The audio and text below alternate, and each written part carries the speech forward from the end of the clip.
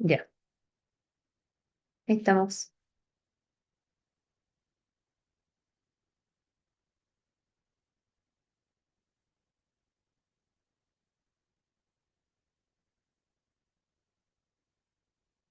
Ya, vamos entonces a comenzar esta clase que es de alteraciones del crecimiento y de neoplasia. Para eso es importante que sepamos que en el desarrollo normal del organismo existen células que van a experimentar distintos procesos, dentro de los cuales está la diferenciación celular, la maduración y la proliferación. ¿Ya? La diferenciación, como dice ahí la diapositiva, es el cambio de las propiedades celulares que permiten que tenga alguna una función. ¿Ya? Por ejemplo, que se diferencian en, o sea, principalmente a que tengan un estirpe celular, dentro de los cuales está que tengan una diferenciación epitelial, una diferenciación mesenquimática, es como el tipo de célula del cual vamos a hablar. En cambio, la maduración tiene que ver con un proceso, la célula va a experimentar cambios que hacen que en el fondo se vuelva una célula más especializada y que tenga alguna función, ¿ya? Y bueno, también proliferación, o sea, que la célula se reproduzca. Mientras más diferenciadas sean las células, tienen un menor potencial de división, ¿ya? Y el ejemplo extremo es la neurona, ¿ya? Que ya no va a proliferar. Existen distintas estirpes celulares y esto es muy importante que ustedes lo manejen porque, porque nos va a permitir después poder clasificar las lesiones. Así cuando yo les diga qué estirpe celular es esta célula, ustedes tienen que recordar que existen células de estirpe epitelial, mesenquimática, germinal, mesotelial, neural, melanocítica, mieloide, linfoide, etcétera. Y todas estas distintas estirpes tienen sus propios tumores. Cuando hablamos de alteraciones del crecimiento, eh, tenemos algunos que son por menos, otros por más, y en general traducen una respuesta frente a una anoxa. Es así como tenemos las lesiones como hipoplasia, que en el fondo es falta de desarrollo, se desarrolla menos, aplasia, que no se desarrolla, agenesia, que no está, el amartoma, el coristoma, hiperplasia, hipertrofia, atrofia y metaplasia, que los vamos a ver acá en esta clase. ¿Ya? Vamos a partir por estas lesiones. La primera es la agenesia. Como ven acá en la foto, hay una falta de deditos.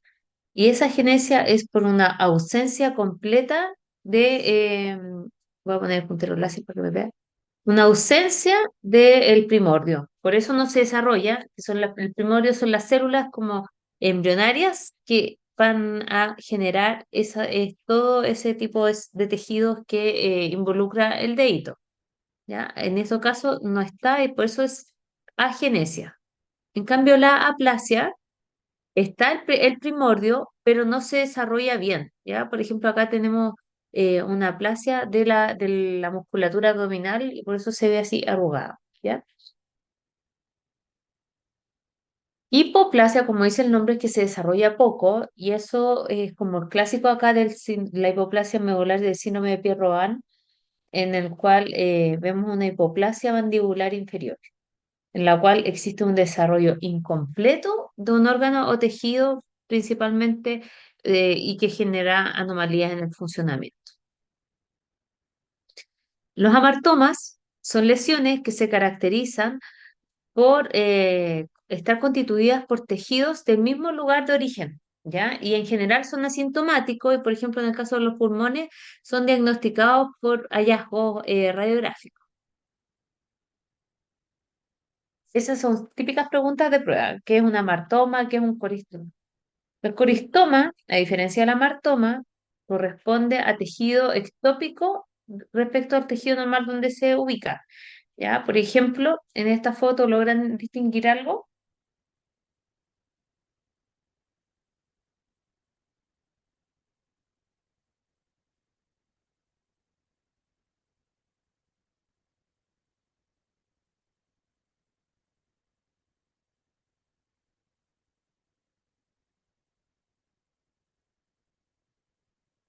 Ya, esto es algún órgano tubular que está infartado, ¿cierto?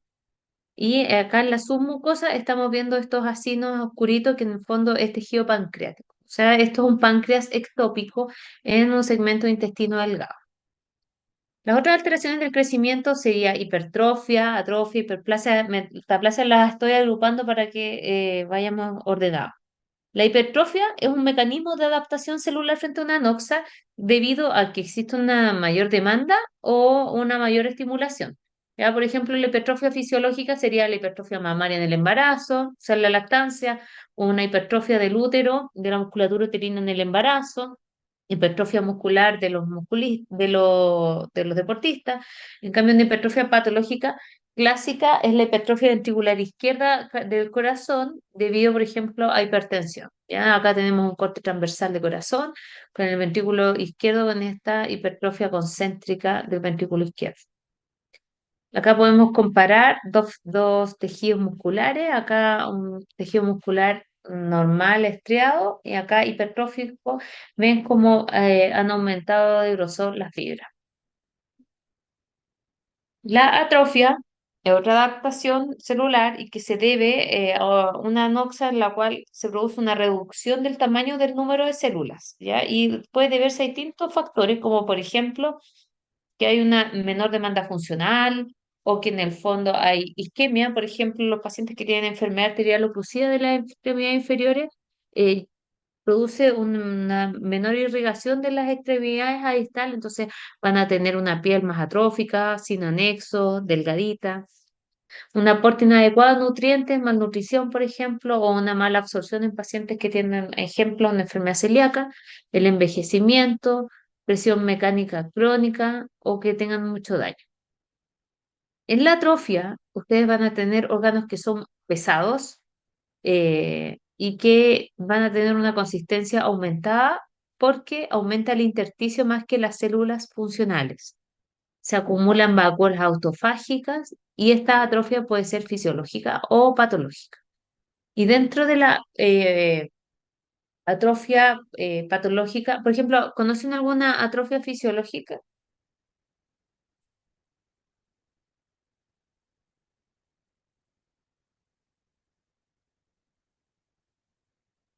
Durante la embriogénesis también se produce atrofia para para el desarrollo de los órganos y existe involución de ciertas estructuras como el ligamento redondo.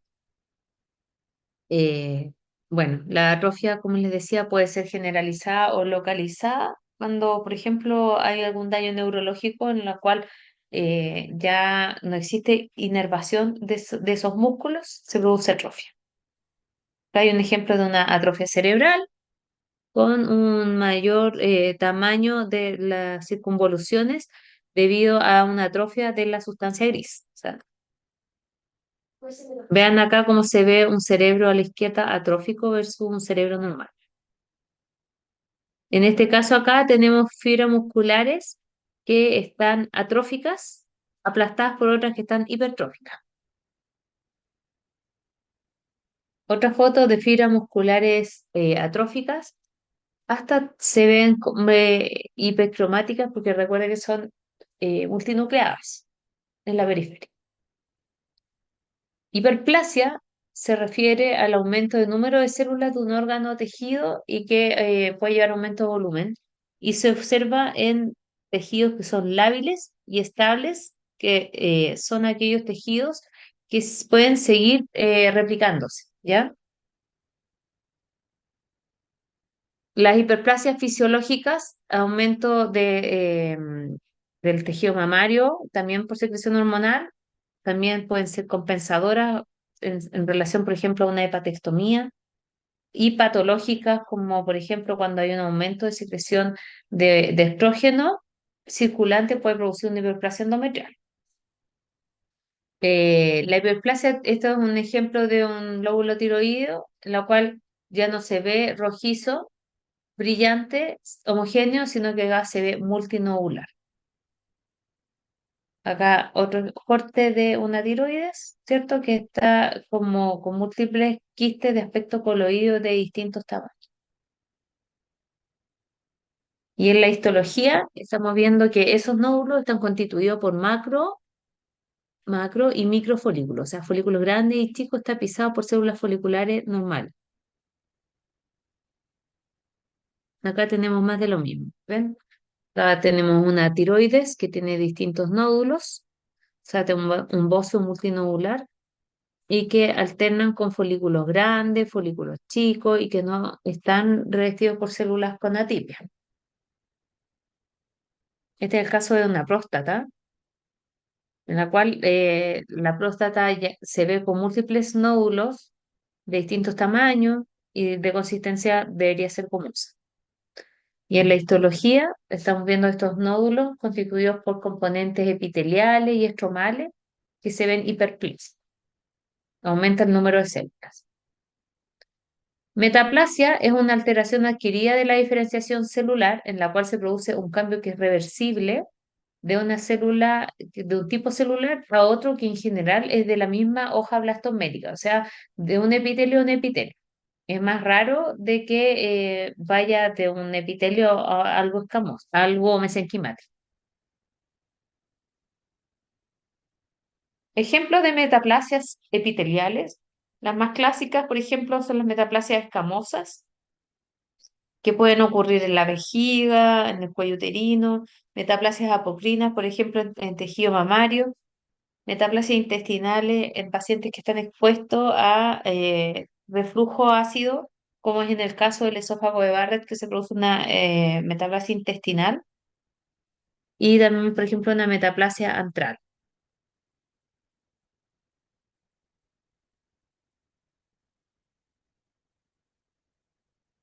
Acá estamos viendo una mucosa de unión escamocolumnar, en la cual, no sé si distinguen, pero hay unas células caliciformes.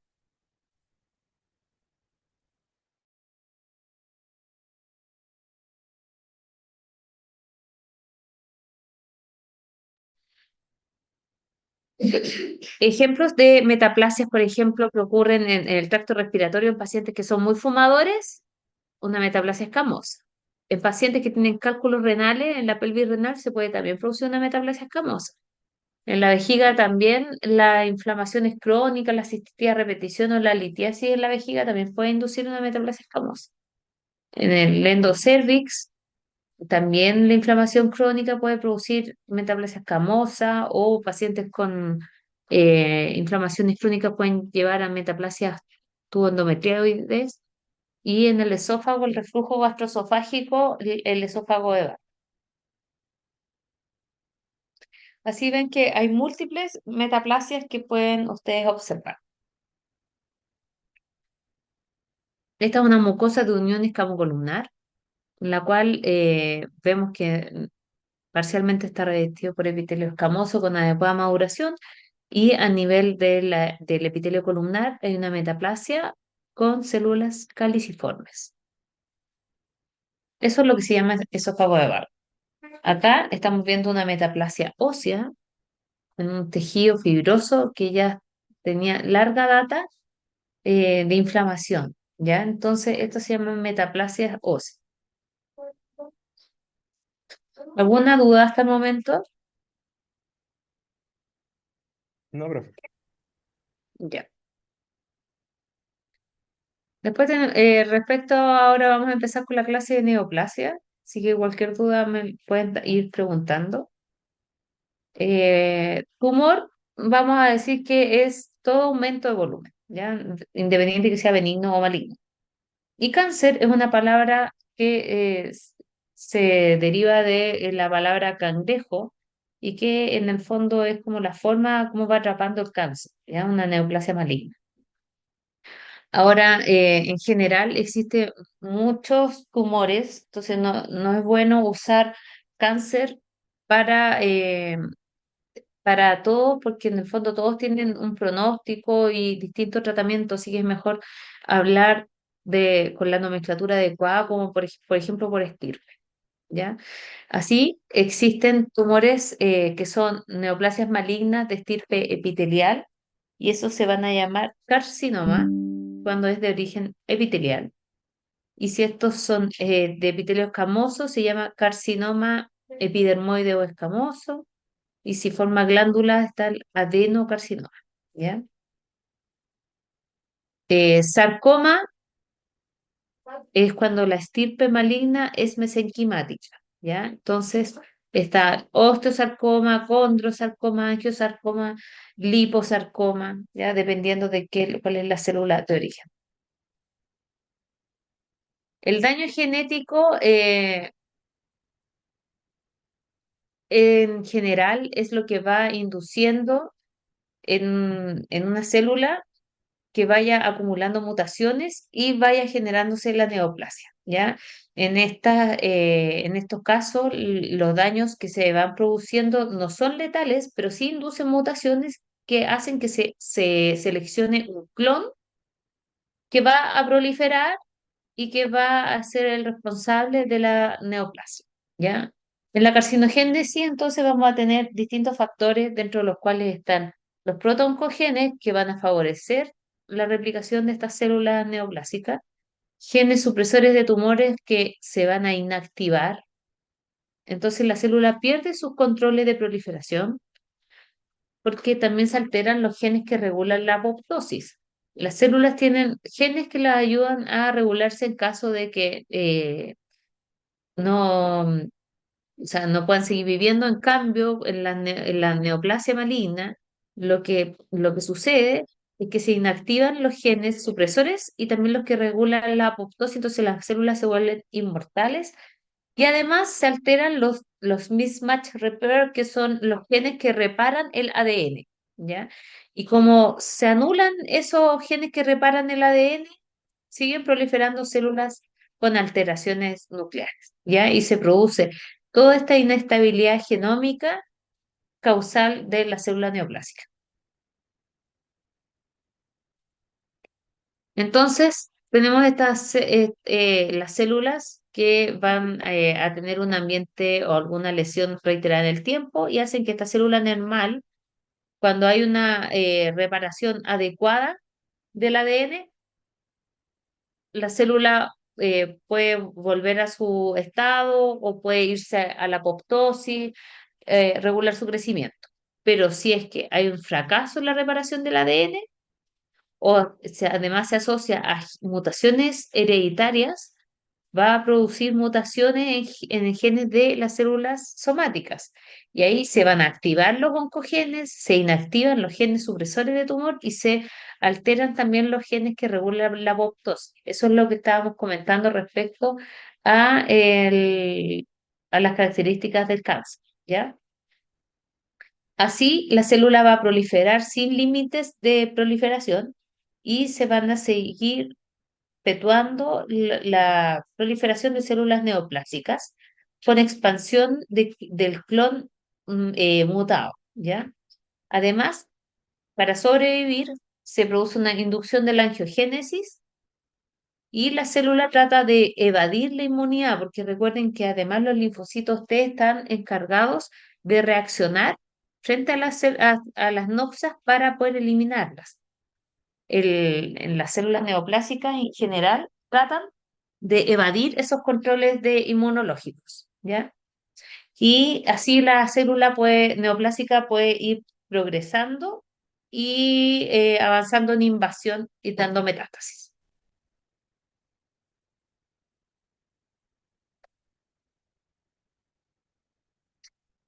La diferenciación celular es el grado en que las células neoplásicas se asemejan a las células normales equivalentes, ¿ya? Entonces, cuando yo les diga que este carcinoma es bien diferenciado, quiere decir que se parece mucho a la célula de origen, ¿ya? Y el poco diferenciado es que no se parece y en general son lesiones de mayor grado.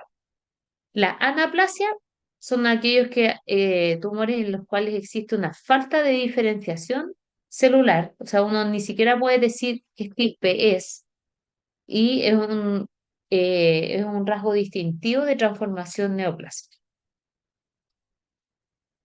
Esto también lo preguntamos siempre y habla principalmente de qué características macroscópicas nos permiten identificar una lesión benigna de una lesión maligna, ¿ya?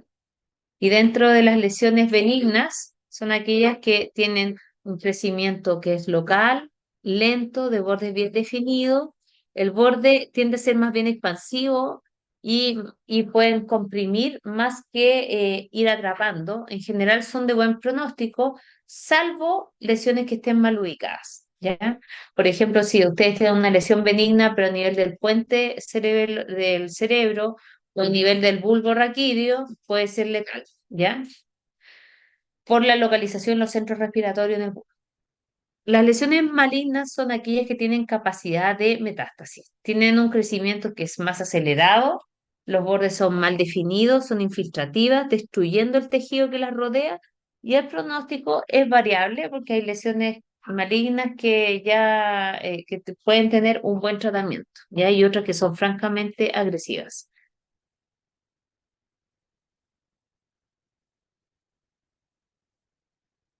Ya.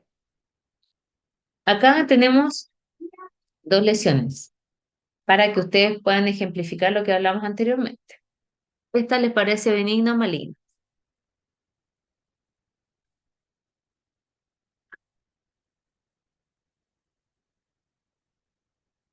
Benigna. Claro, una lesión benigna porque tiene borde expansivo, homogéneo, no es infiltrativo, no se le ven grandes áreas de necrosis ni hemorragia. Esto en tejido mamario es un fibroadenoma. En cambio, esta otra es una lesión que es maligna, de borde infiltrativo irregular que retrae el tejido, ¿ya? Entonces, esto es un carcinoma mamario. En este caso, ¿qué les parece? ¿Qué órgano es?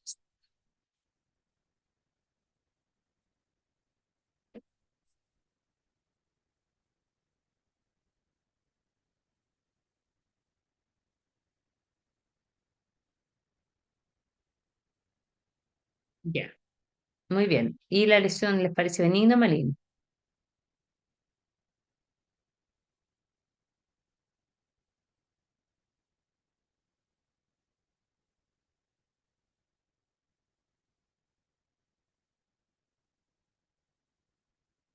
Claro. Vemos una lesión que es irregular, ¿cierto? Infiltra el cuello, entonces esto es un cáncer de cuello uterino, no tiene borde expansivo. Acá, nuevamente, ¿esto es benigno o es maligno? Esta es una foto histológica.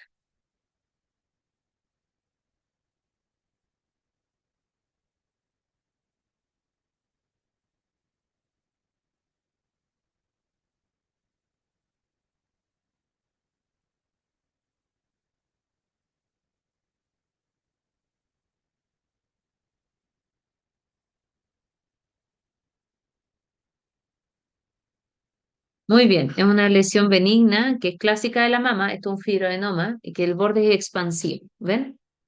Este es el tejido mamario normal. En cambio acá estamos viendo la silueta, no desde muy cerca, que la lesión se va metiendo de manera irregular. Eso es un borde infiltrativo. Profe, ¿a qué se refiere con borde expansivo? Es que no. Es como que empuja. Imagínate como una pelotita que es delimitada, bien delimitada, que comprime, expande, que va creciendo pero empujando. ¿Me explico? En cambio, Ya, en borde infiltrativo es como que se va metiendo entre medio de las fibras, sin pedir permiso, mira. Así, acá lo ah, mismo. Este es un cáncer de mama también. Esto verde es tinta china, que nosotros cuando nos mandan las piezas, recuerden que las pintamos cuando vimos los videos para poder definir que si es que esto era eh, si es que llegaban o no a los bordes quirúrgicos. Esta lesión, benigna o maligna,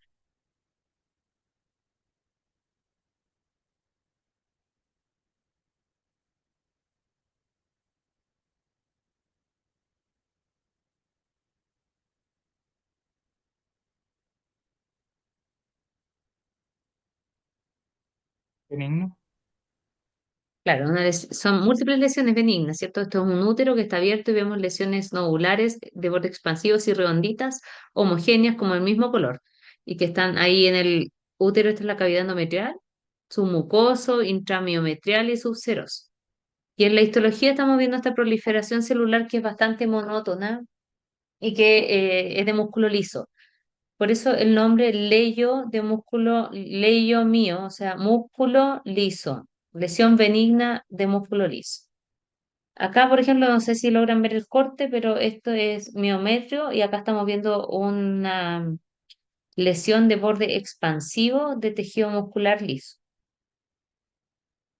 Acá, esa de mayor aumento, estamos viendo que es una lesión que está caracterizada por haces fusos celulares que se entrelazan, así como que se van cruzando. Y no hay atipia citológica, todos los núcleos se ven más o menos parecidos. Acá en esta foto estamos ejemplificando lo mismo. Lesiones nodulares de borde expansivo, homogéneas, acá con una lupa con menor aumento y cuando nos acercamos, esta proliferación muscular lisa sin atipia.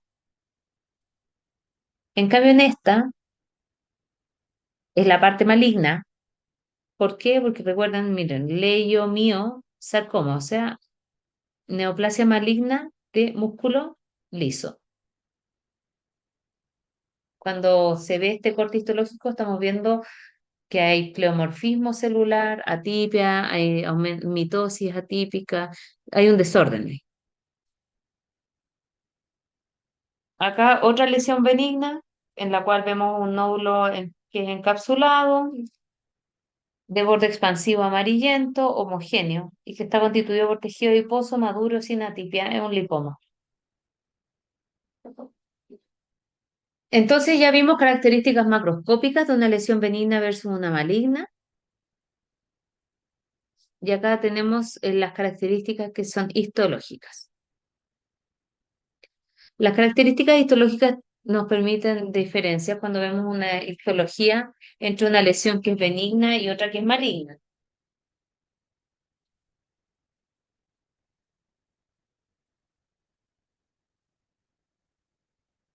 Las características, y estas hay que aprendérselas de memoria y tratar de aplicarlas siempre. Tenemos el pleomorfismo celular, pleomorfismo nuclear. ¿Qué quiere decir esto? Pleo en múltiples formas, ¿cierto? Muchas morfoformas de núcleo, muchas formas, o sea, perdón, de células, muchas formas de núcleo. Los núcleos, como tienen mayor cantidad, como el núcleo se está replicando el ADN, vamos a tener núcleos más hipercromáticos, más basófilos, aumenta la relación núcleo-citoplasma porque el núcleo crece respecto a la célula, nucleolo prominentes, muchas células con mitosis, pérdida de la polaridad.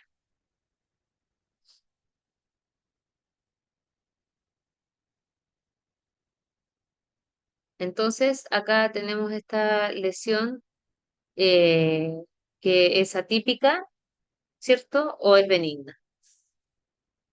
¿Qué les parece?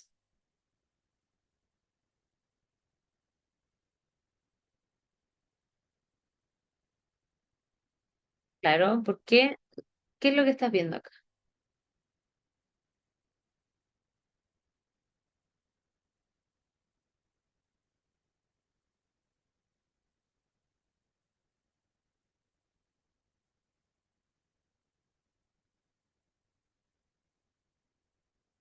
Muy bien, o sea, existe pleomorfismo nuclear, o sea, hay distintas formas de células, pleomorfismo celular y nuclear, hay hipercromasia, multinucleación, miren acá hay unos nucleolos prominentes, ahí hay otro nucleolo prominente, o sea, esa es una neoplasia muy maligna, y también alteración de la polaridad nuclear en los epitelios, o sea, ven que hay un núcleo, núcleos arriba, otros abajo. Acá vemos estas estructuras glanduliformes que tienen mitosis evidente, ¿ves? Ahí está metafase, hay una pérdida de la polaridad nuclear, hay nucleolos evidentes, y cuando hay una neoplasia maligna que además es infiltrativa, el estroma del huésped hace como una fibrosis alrededor y eso se llama desmoplasia. Esta lesión benigna o maligna. Porque aquí la misión de la clase es que aprendan a diferenciar benigno, maligno y las distintas estilos.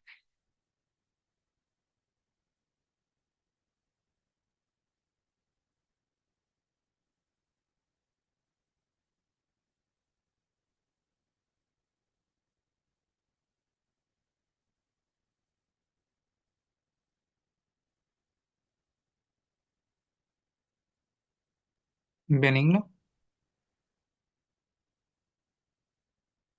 ¿Ya? Y una neoplasia que es maligna, estamos viendo una proliferación de células que son indiferenciadas, porque aquí yo no puedo decir si esto es epitelio, si es de linfocito. Esa flecha está marcándote una mitosis. em, y vemos un aumento de la relación núcleo-citoplasma, mucho núcleo en las células que estamos observando. Esta lesión sería benigno o maligno.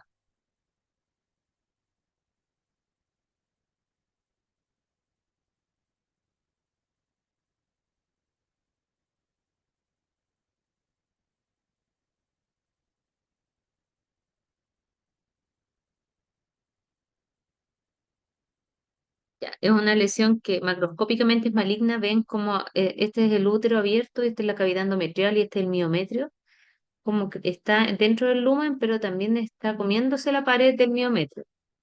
Y en la histología vamos a ver esta formación de estructuras glanduliformes.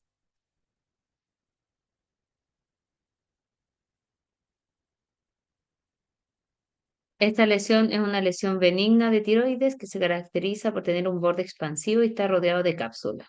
¿Ya? Es una lesión de borde expansivo. ¿Ven que tiene una capsulita?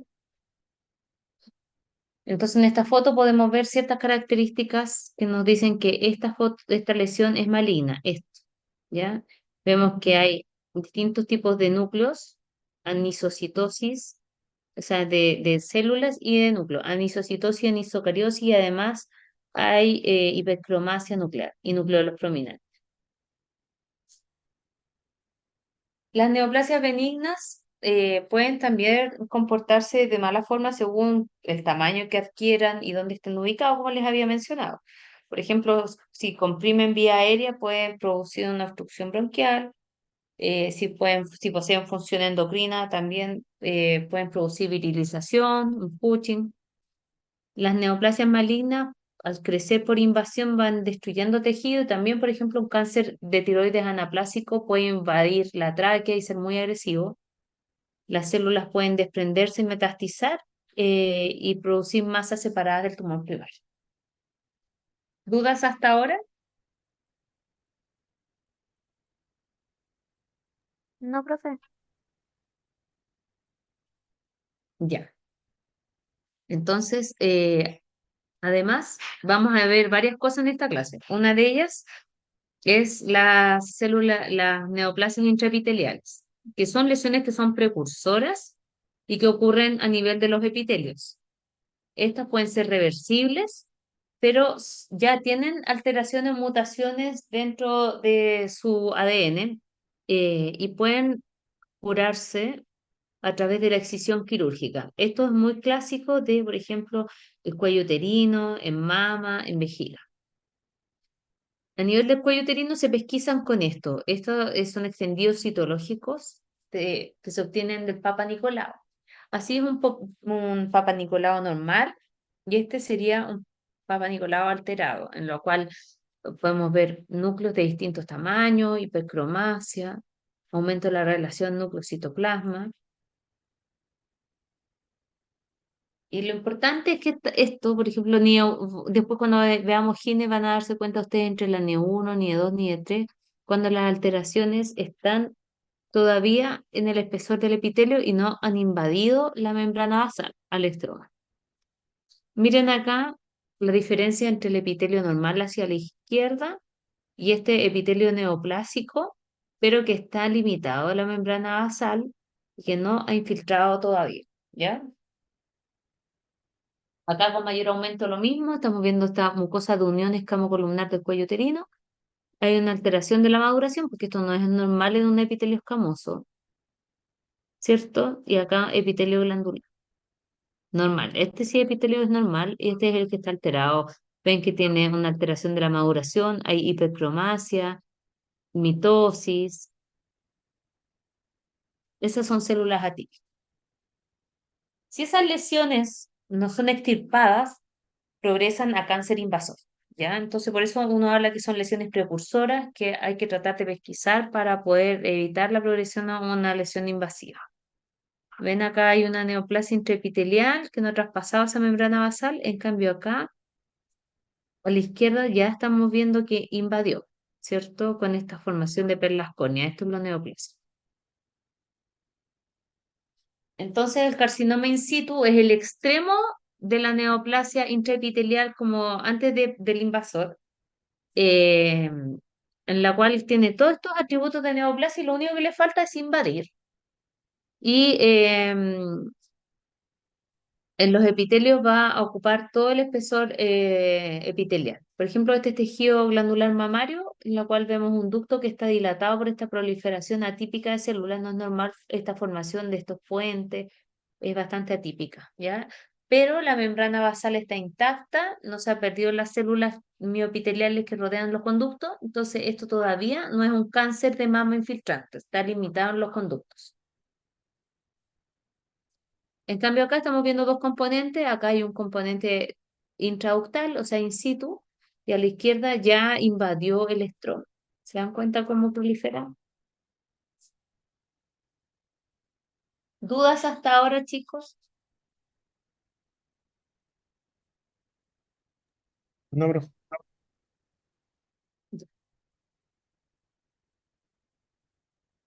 Después, ahora vamos a hablar de las líneas de estirpe celular, y esto es importante porque es diferente respecto a, a la nomenclatura que vamos a usar. Cuando hablamos de estirpe epitelial, los tumores malignos de estirpe epitelial pueden originarse en estructuras glandulares, epitelio escamoso, neuroendocrino, y por eso el nombre es distinto. Tenemos adenocarcinoma, carcinoma espinocelular, neuroendocrino. Cuando hablamos de neoplasia maligna mesenquimática, están los sarcomas, los linfoides, linfoma, después están los teratomas, seminoma, dentro de la estirpe germinal, y otros melanocíticos serían los melanomas. Acá, por ejemplo, vemos una pieza que es de esófago, y en este sector, no sé si logran ver, un engrosamiento de la pared con una estenosis del lumen, ¿ya? Y en la histología estamos viendo esta formación de estructuras concéntricas eosinófilas que se llaman perlas córneas, que es característico de los carcinomas espinocelulares. Entonces, cuando nosotros hablamos nos enfrentamos a un carcinoma, tenemos que tratar de decir de qué estirpe es, porque tienen tratamientos diferentes, no es porque queramos solamente clasificarlo desde el punto de vista morfológico, sino que tienen distintas propiedades que hacen que los tratamientos sean diferentes. Y ahí esa es la base de la anatomía patológica para tratar de avanzar en los casos.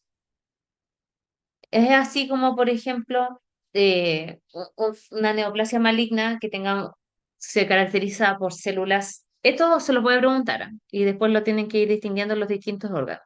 Citoplasmas amplios, con márgenes citoplasmáticos bien definidos, con espinas intercelulares, formación de perlas córneas y queratinización individual. Esas son características de los carcinomas espinocelulares. Por ejemplo, acá estamos viendo una mucosa en la cual vemos, bueno, perdón, sí, una piel, y acá vemos una proliferación neoplásica maligna que forma estas estructuras concéntricas que se llaman perlas córneas. Y las células, si se dan cuenta, son de amplio citoplasma eosinófilo. Acá con mayor detalle en otro caso, ven que hay formación de estructuras concéntricas en núcleos hipercromáticos, atípicos. Estas son las perlas córneas.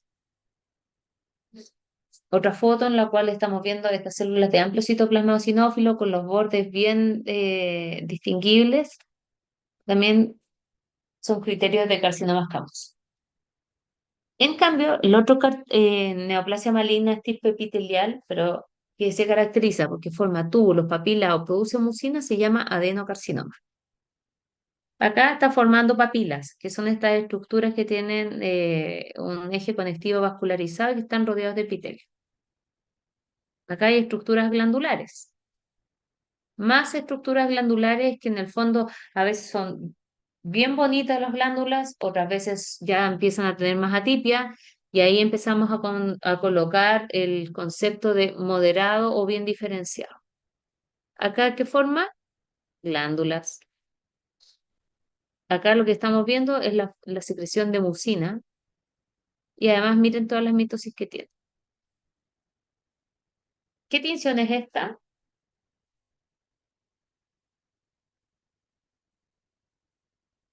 Esta es una tinción de paz y que nos está mostrando que esta neoplasia maligna secreta mucina. Este es un tipo especial de adenocarcinoma que se llama adenocarcinoma de célula anillo sello y ven que tiene mucina, pero no extracelular como en este caso, porque este tumor acá secreta la mucina, en cambio acá la tiene dentro del citoplasma y eso es lo que hace que el núcleo esté desplazado hacia un lado y se vea con la imagen de célula anillo sello. Otros tumores que son de tipo epitelial son los tumores neuroendocrinos y que hay lesiones que son de bajo grado hasta carcinomas que son bien indiferenciados. Se caracterizan por crecer en nidos o en trabéculas con una gran red vascularizada asociada y tienen gránulos de secreción, neurosecreción en su citoplasma y una cromatina que se describe como en sal y pimienta. Como tiene estos marcados gránulos de neurosecreción en su citoplasma, nosotros podemos destacarlos con tinciones inmunohistoquímicas como en este caso, que está marcando para cromogranina.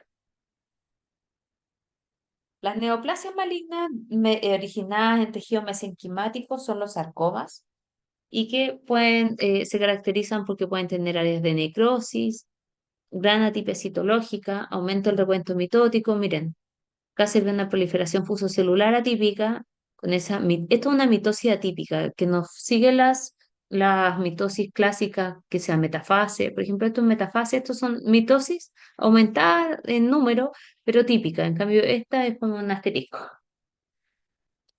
Y así, dependiendo de la célula de origen, ustedes pueden tener distintos sarcomas. Está el liposarcoma, fibrosarcoma, leiomiosarcoma, o sea, todos los distintos tipos celulares de tipo mesenquimática. Acá estamos viendo liposarcomas, o sea, vean que no es igual que el adipocito que les mostré en el lipoma, acá se ve más atípico, hipercromático, pleomórfico. Este es un osteosarcoma, o sea, un sarcoma del hueso. Ven acá cómo estamos en este fémur con esta lesión que rompe la cortical y que está constituida por tejido óseo con muchos osteocitos atípicos. En general, los sarcomas están constituidos por células fusadas, pero también es variable porque depende de la célula de origen. Pero sí se caracterizan todos por tener una mayor celularidad del sitio de origen, áreas de necrosis, aumento de las mitosis, como les mostraba, y un borde de crecimiento infiltrativo. Otro tipo celular son las neoplasias germinales, dentro de las cuales esta neoplasia están los teratomas, también están los seminomas, coriocarcinomas, sacovitelinos, son varios tumores originados en esto y que puede manifestarse como una lesión sólido-quística y que al corte, en el caso del teratoma, van a haber distintos componentes. El teratoma se caracteriza por tener elementos de las tres hojas embrionarias, entonces ustedes van a tener elementos que son de tipo mesodérmico, endodérmico y ectodérmico. Y acá estamos viendo componente ectodérmico con queratina y pelos y sebo. Ven acá otro teratoma, esta lesión quística que al abrirla tiene pelos, tiene tejido adiposo y cartílago. Acá estamos viendo un corte histológico de esta lesión que tiene áreas de epitelio de tipo respiratorio con cartílago, otras áreas que pueden tener epitelio escamoso con descamación de queratina, ven acá con glándulas sudoríparas y seromucosas. Y los teratomas pueden ser maduros o inmaduros cuando tienen componente neuroepitelial y esto de tipo embrionario. Así que eso lo vamos a ver, no se preocupen después en GINE, ¿ya? Pero lo que sí me importa es que sepan que existen tumores de tipo germinal y dentro de los cuales está el teratoma. Los linfomas son neoplasias malignas de tipo linfoide, como dice su nombre, y ahí es una gran familia porque existen los linfomas B, los linfomas T, etcétera. Acá estamos viendo un linfonodo con una pérdida de la arquitectura y vemos estas estructuras nodulares en distintos sectores. Y estamos viendo esta proliferación monótona de células linfoides atípicas de tamaño mediano a intermedio, o sea, de tamaño intermedio. Eso es un linfoma. Después vamos a ver en la clase de hematolinfo que vamos a tratar de tipificar los linfomas para su mejor tratamiento y pronóstico. Melanomas son las neoplasias malignas originadas en los melanocitos y macroscópicamente se caracterizan por que son lesiones que son asimétricas, de borde irregulares, con coloración irregular y que son lesiones que han crecido de tamaño. ¿Ya? Podemos tener melanomas que son in situ en la piel, como en este caso. Ven que la célula neoplásica está dentro de la epidermis, no ha traspasado la membrana basal, o puede ser lesiones invasivas y que generan gran metástasis. El grado de diferenciación, ya habíamos hablado que depende en cuánto se parece la célula neoplásica a la que le da origen. Entonces tenemos lesiones que son bien, moderadas o pobremente diferenciadas, hasta anaplasia que es el extremo de lo indiferenciado, ¿ya? Em, por ejemplo, acá, podemos distinguir si esta célula es una célula que es epitelial, mesenquimática, linfoide. ¿Pueden ustedes distinguir eso? Perdón, yo que otro.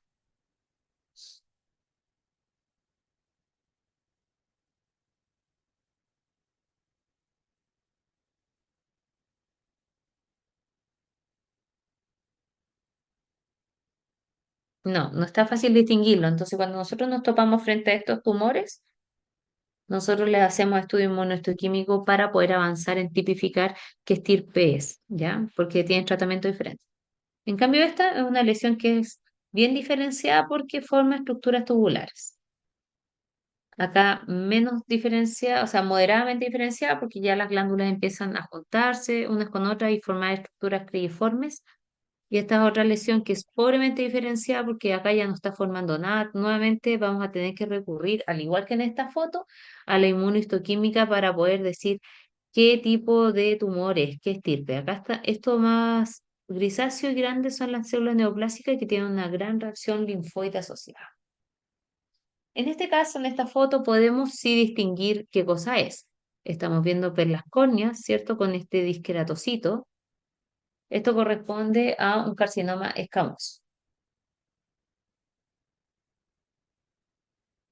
Una neoplasia maligna puede diseminarse de distintas formas, invadiendo localmente o irse a través de los linfáticos, por los vasos sanguíneos o a través del peritoneo, que es la vía transelómica, ¿ya? Y la invasión local es cuando es en sitios contiguos, ¿ya? Como por ejemplo de un tumor óseo al canal medular, un cáncer de mama a la grasa al pectoral también puede irse, ¿ya?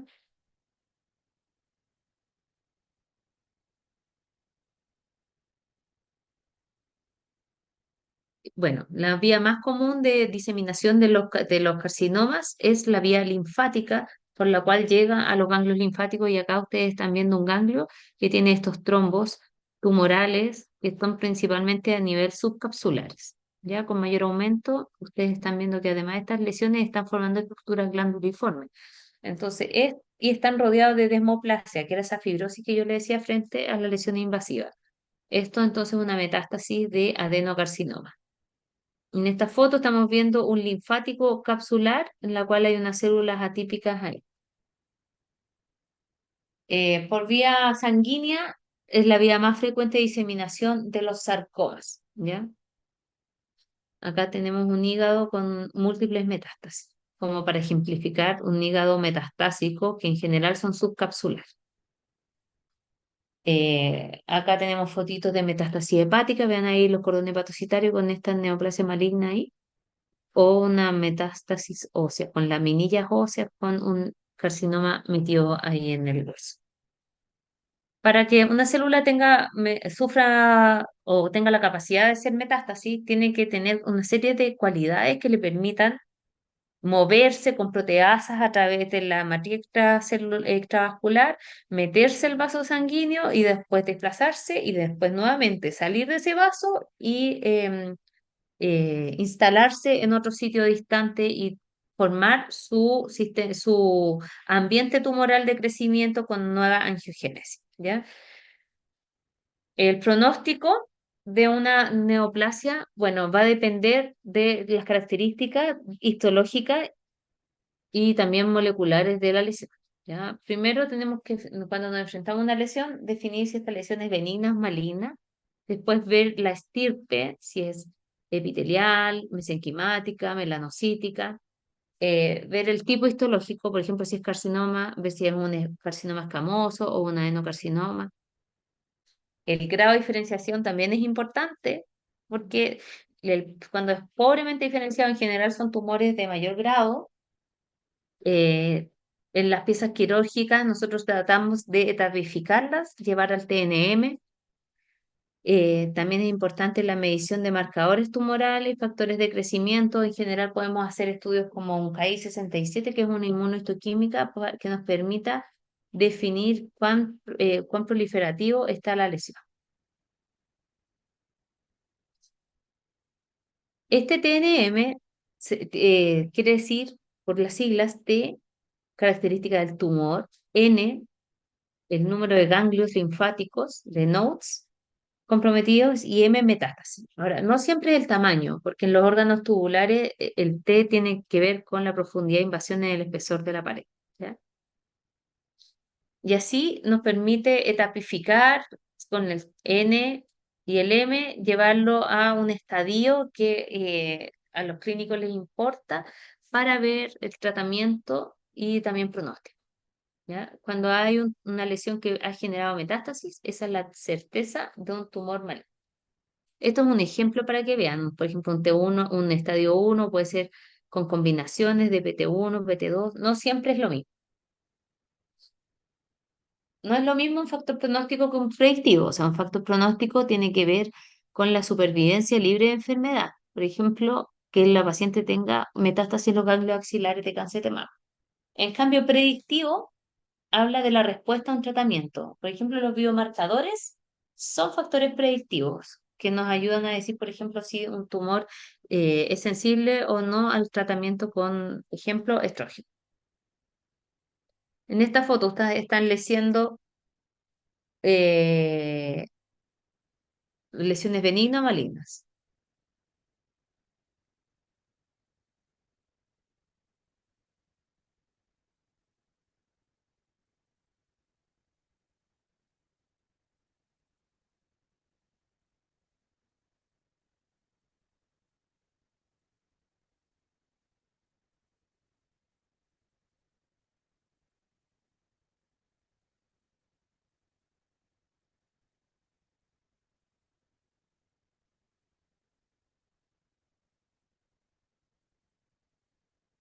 Bueno, esta es una lesión maligna, ¿ven? Acá estamos viendo tejido colónico normal. Y acá estamos viendo una neoplasia maligna que forma estructuras glanduliformes, atípicas, infiltrativas. Entonces, este tiene características de algo maligno. Entonces, y que además forma glándulas y es de tipo epitelial. Entonces, nosotros vamos a decir que es un adenocarcinoma. Eso es lo que yo pretendo que ustedes me digan cuando yo les muestre la prueba, ¿ya? Y en este caso es un órgano tubular y que está invadiendo la túnica muscular. Entonces, para hacer un diagnóstico, nosotros no solamente es importante la biopsia, sino que es importante la correlación con la clínica y las imágenes. ¿Por qué? Porque depende de dónde tomen ustedes la biopsia, los antecedentes, cómo vamos a interpretar nosotros esos allá. Para eso tenemos distintos métodos diagnósticos. Podemos hacer una biopsia por punción, por ejemplo, en tejido mamario, biopsias endoscópicas en tejidos, en órganos tubulares como es vejiga, estómago. Podemos hacer biopsias incisionales que, como les había mencionado, revelan solamente una parte de la lesión o tratar de extirparla completa como son las biopsias excisionales. También se pueden realizar citologías de líquidos como los líquidos pleurales de fusión. eh, Citología por exfoliación, citologías aspirativas,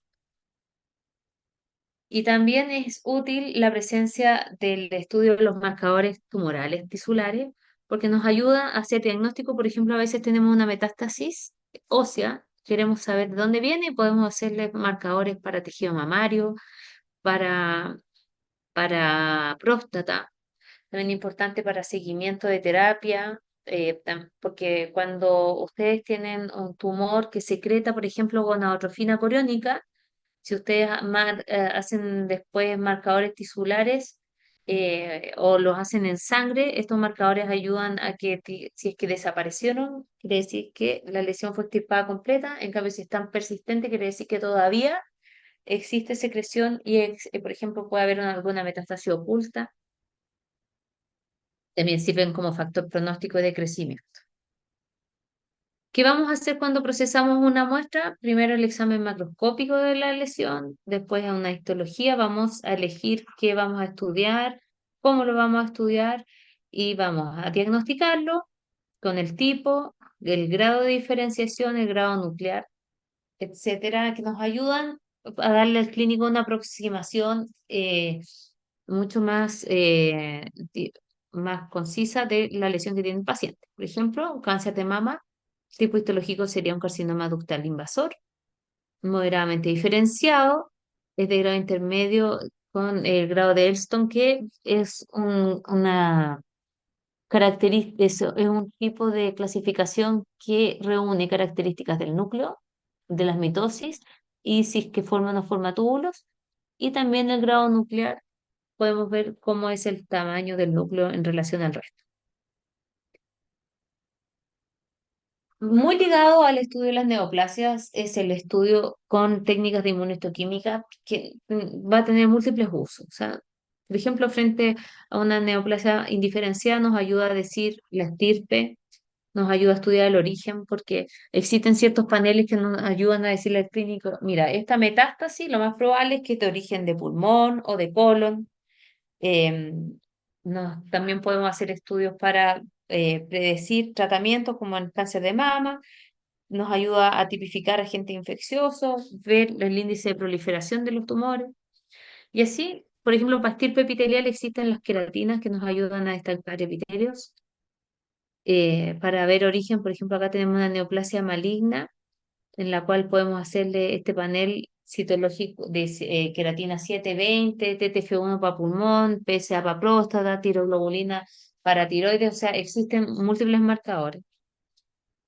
Factores predictivos, como les había mencionado, los biomarcadores hormonales de estrógeno, progesterona, que son tumores nucleares. Acá tienen una foto de un índice de proliferación con Ki-67 que marca todas las células que están proliferando en el núcleo. Y así podemos seguir avanzando en nuestras neoplasias. ¿Tienen alguna duda?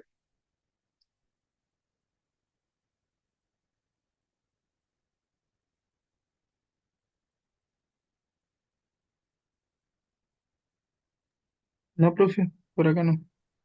Ya, ya súper.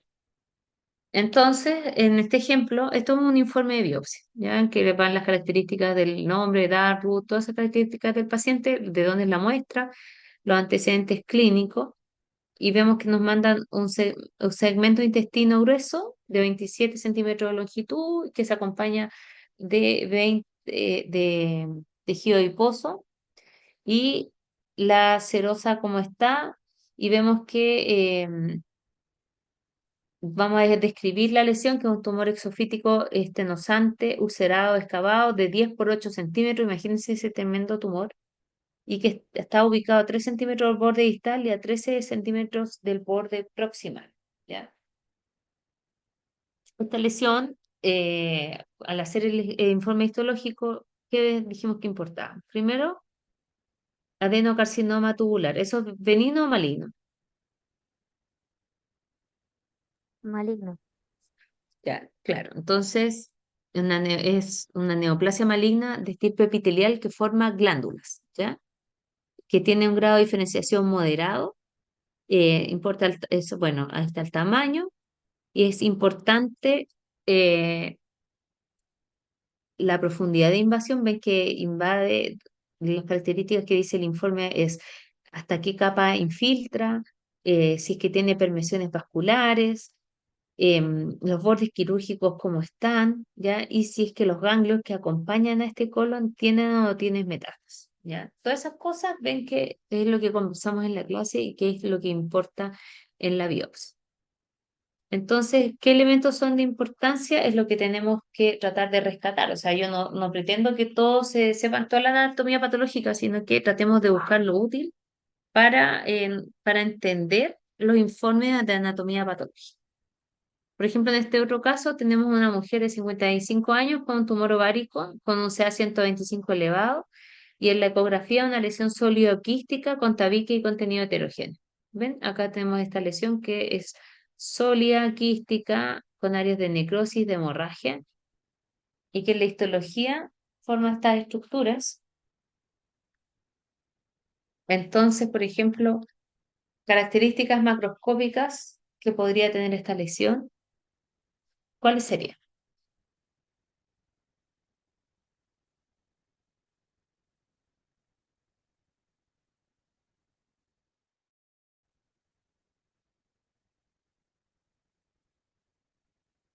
Bueno, que tiene áreas sólidas, áreas quísticas y que además tiene necrosis y hemorragia. En este caso, tampoco participativo, chiquillo, ¿eh?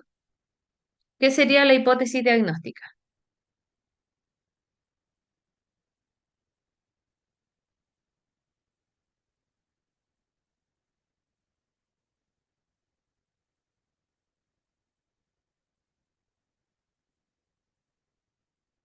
La hipótesis diagnóstica sería una neoplasia maligna de estirpe epitelial que forma estructuras tubulopapilares y se llama adenocarcinoma, ¿ya? Y ahí esos son los criterios que van a justificar el diagnóstico.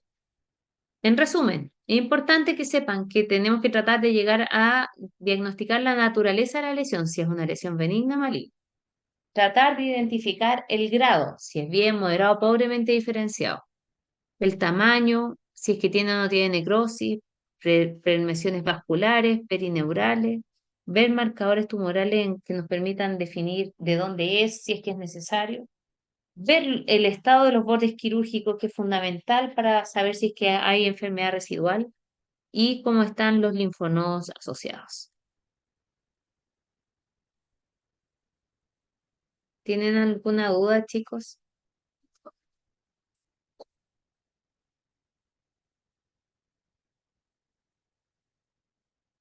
Puedes Por mi parar parte no, de profe. grabar nomás, Bárbara.